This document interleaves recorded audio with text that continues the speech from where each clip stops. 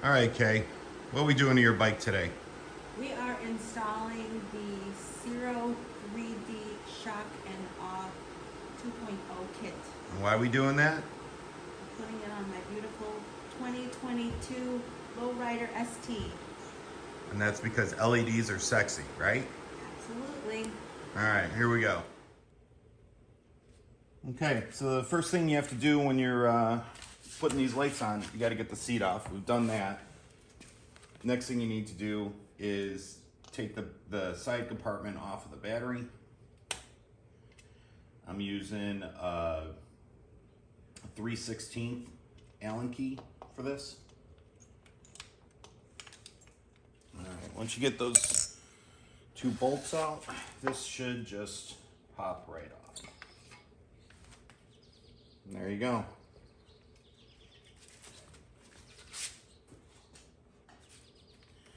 There's also another little cover in here that you need to take off. It just hooks in those two spots right there. You just slide that in. So we've got that.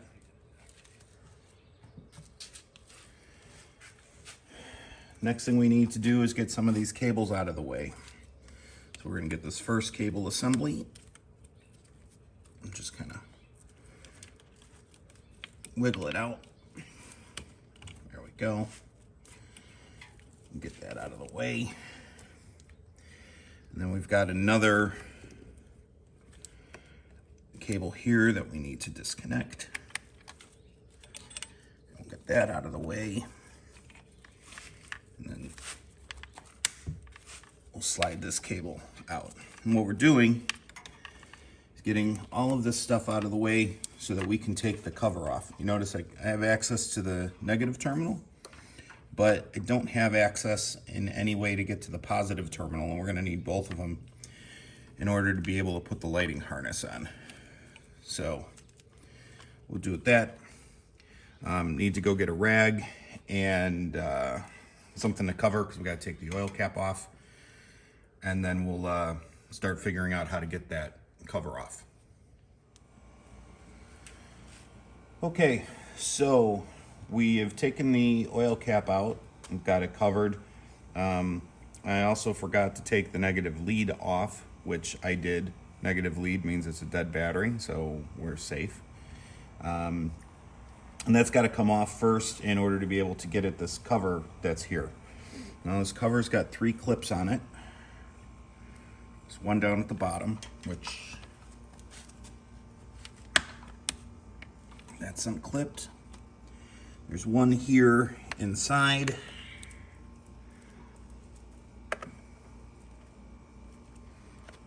Okay, that one's unclipped, and you can see I've got this loose. There is a third clip in the back, and this is the one that is gonna probably be the most heartache to get at.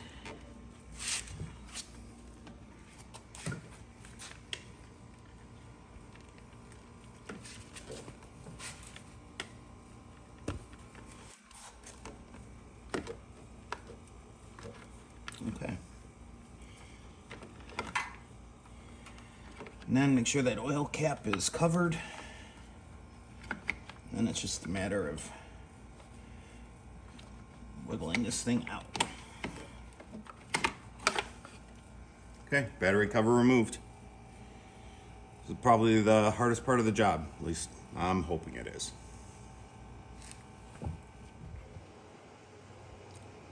So I downloaded the app. It's on my phone. Click on it. This is what it basically looks like before you turn it on. There's the on button. As you can see that the lights are on, but in order to connect it, you swipe to the left, and I've already selected the device, but you look for the Ciro LED in here. It says 7171. Click on it, and all 3 channels should light up. Once that happens, then you have the ability to control your lights. So as you can see, it's pink, orange, green. When setting up the pods on the bike, I use blue painter's tape.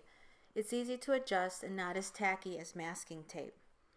Turn the lights on so you have a better visual on how the lights will look on the bike. Since I have a soft tail, you are limited to light placement. Just make sure you're not setting the pods on wires or on the engine. Expansion kits or additional pods are available through Ciro if you want to add more lights. Okay, so here's where we ended up with things. We're going to wind up taking the control block here, and we're going to attach it with behind the frame right here. There's a nice flat spot. There's actually, I don't know if you can see it, but there's actually built into the frame the cables for the brakes run through the frame right here. So we're going to attach to the back of that, not actually touching those cables. They're secure. And that's going to allow us to take the manual knob. We're going to put it somewhere in here, maybe there, maybe back a little bit. Got to decide. We're going to have to put the bags back on because we want to make sure that this knob doesn't get in the way of putting the bags on or off.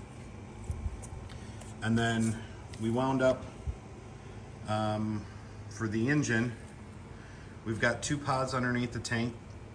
We've got 2 more running down the frame. As you can see there, they're all masked off right now, so we're going to be, working on that. And then we're going to come around to the other side, and we've got the same thing there.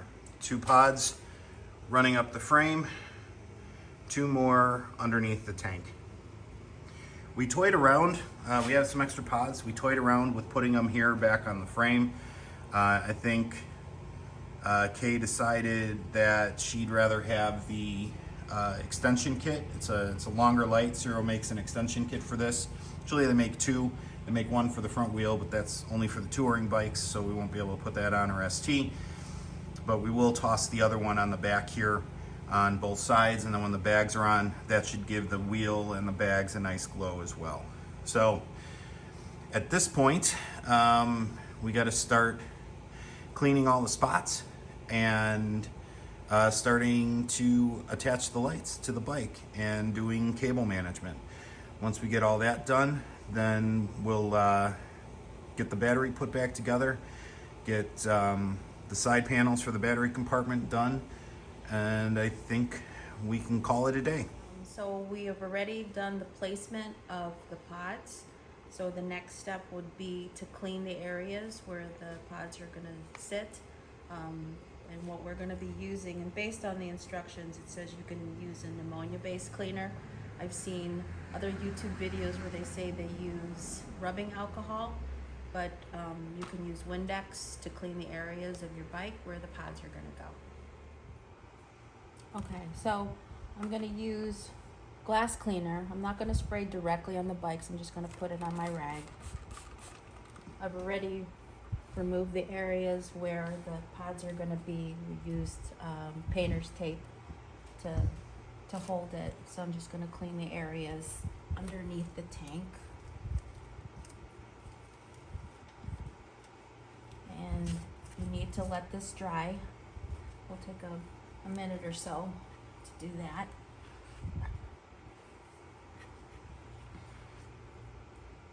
While that's drying, there's this product that you need to put called dielectric grease. You want to put this on the connections. I believe this is just going to help with it not rusting. Doesn't really say how much, but I think we can be a little liberal on it. I think a little will go a long way.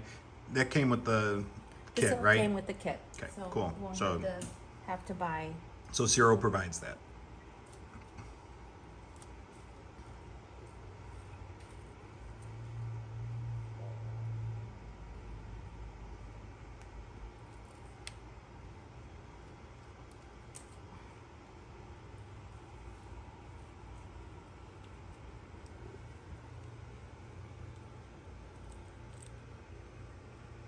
So I'm just taking just enough on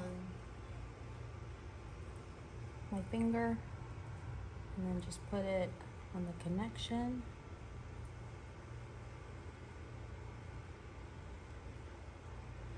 And I'll snap it back in. And then you want to do this for all the connections that you do have.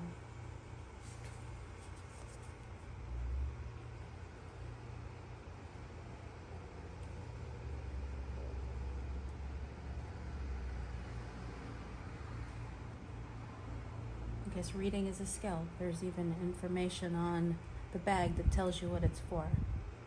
Oh, there you go. So.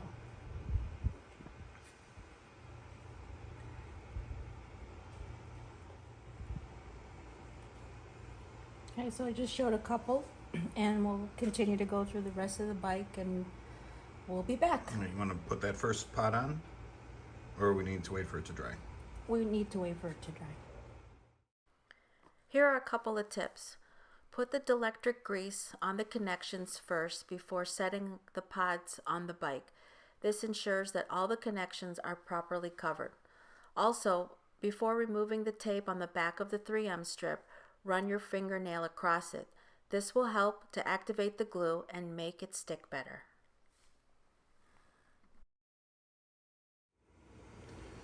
All right, Kay's finished with her handiwork. You can see everything's looking pretty good. All the wires are in pretty good shape. Still a little bit more cable management that's going to need to be done, but I think we're almost finished. So we still have the mess over here with the battery that we need to deal with. So we'll get to that. That's going to be next, and we'll start to button this thing up while Kay's cleaning up everything there. I'm going to get started on putting the battery in. So here's some of the parts that came with the installation kit. We have some of these pieces here. There's some clips, some zip ties. This will all be used when we're trying to do some of the cleanup for the cable management, since there's some areas on the bike where it's a little loose. You could see in here. That'll be helpful to get that cleaned up. So there are items that come with the kit that you can handle some of those cable management and keep everything cleaned up. We've also got a couple extra cables. We've got a couple extensions, and we've got one more light pod. So we're thinking, we looked at putting this inside the fairing, didn't quite like the way that it looked, but we think we might route this to the bottom of the bike just to have a little glow underneath the frame. So we might tackle that a little bit later. So a couple of things that helped me out a little bit is, even though you are doing the markup with your tape, there's some areas that might be a little bit harder to see when you're trying to place the pod. So I just used a highlighter. You can wipe off real easily, so at least I know where to mark things when I need to come back to it and be able to put the pod and stick things back on. If you need to reset and place it in a different spot, that 3M tape does come off. That's originally on the pod. This will peel off, so you'll have to take that off the bike, as well as it'll peel off of the pod itself. So you'll have all these extra squares that you can put onto the pod if you need to move things around. All right, I'm going to apologize for the wind background noise, but I wanted to get this out into the light so it would be easier to see what was done. We've got the manual switch installed on the side of the frame here. We routed the cables up along the back so you can see that they're all there. In fact, there's a few different ones. So as we talked about earlier, there's 3 channels. These are the wires for the other 2 channels. There's also a third wire, which we did not connect, that can go to the brake line so that the whole bike will turn red when you press the brake. that is electrical engineering beyond our capabilities, so we're leaving that alone for now. We might bring it into our local dealer, Ukes, and have them take care of that. This is the remaining cable from the manual switch. There is one thing that I would say, since this was made for a touring bike, and make sure it makes sense that that cable's that long. You know, for the soft tails, it's a lot of extra cable. So it was a little bit of a challenge tucking it in, but we think we did a pretty good job. There's the rest of our cable management going underneath the tank. So I think that's all pretty good and tight. And then coming here, do the best I can. That's the cable management underneath.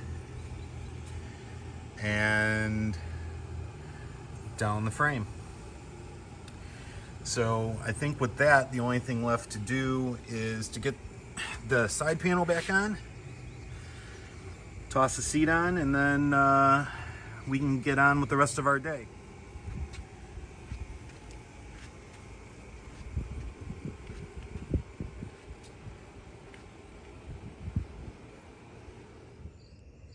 Okay, so we have completed the install of the Ciro Shock and Awe 2.0 light kit, but I wanted to show you the bike without the lights on right now. So you can see that I've got the headlights and the running lights on. You can see it's really dark. And part of the reason why I wanted to add the lights is to improve my visibility. You can also see that my LED display is really the only thing you can see when it's dark. And I don't know, maybe it's for my visual, adding lights will kind of give me depth of the fairing. So by turning on the lights, you can see how there's much more light that's showing on the fairing, as well as the rest of the bike, which gives me a lot more visibility. Thank you for watching our install of the Ciro 3D Shock and Awe 2.0 light kit. We will be doing a review later of the light kit, as well as other videos on upgrades to the ST. Like, follow, subscribe, and ride safe.